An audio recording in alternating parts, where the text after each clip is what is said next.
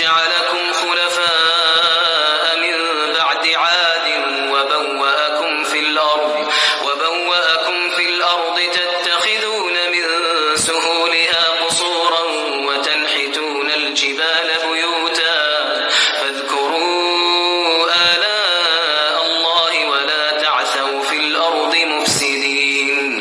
او تو سے اے سمجھو نے هغه وخت جوړ کړي چې هغه الله تعالی تو سے د عادیان نه پس خلیفګان نایبان جوړ کړي او تو سے ته پمځکه کې زوی دیر ک چې تو سے د دې مځکه په نرمه حوار ځاین کښه وچته مانړی جوړوي او تو سے غرینا د کورینه د پورا کني نو تو سے د الله تعالی نعمت نه یوت کوي او پمځکه کې فساد کوین کې مگر ځای چې فسادیان شي.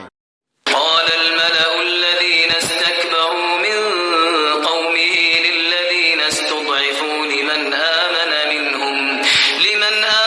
منهم أتعلمون أن صالحا مرسل من ربه قالوا إنا بما أرسل به مؤمنون.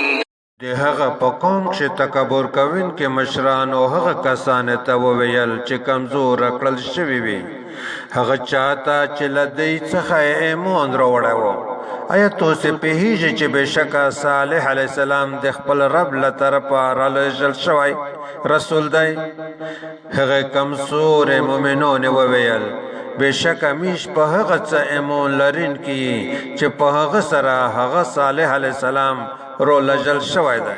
قال الذين استكبروا إنا بالذي آمنتم به كافرون.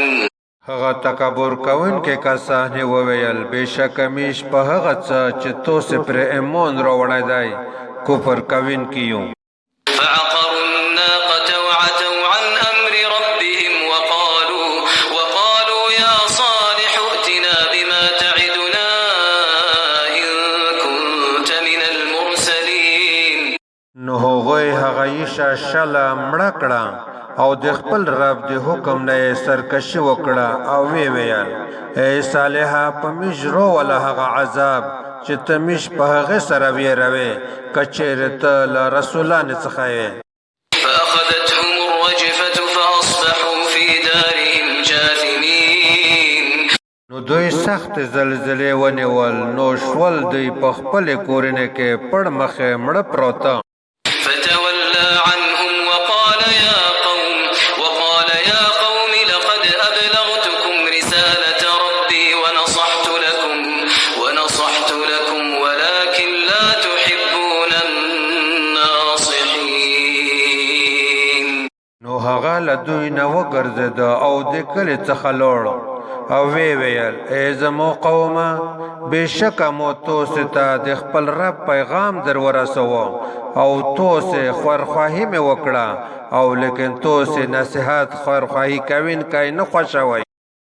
ولوطا إذ قال لقومه أتأتون الفاحشة ما سبقكم بها من أحد من العالمين. او لجل او مجلوط علیہ السلام کله چې هغه خپل قوم ته وویل آیا تو سه داسې بدکور کوي چې په مخلوقات کې هیڅ یو کس له تو سه نه هغه بدکاری ته مخ کې شوی نه دی.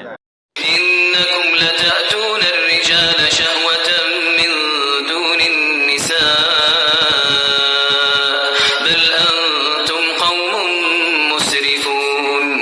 که تو سه د شهوت پر کول د پورا سړی تروڅي په دې حال کې چې له شد جدا کېږي بلکې تو سه د حد نه تر دین کوي قوم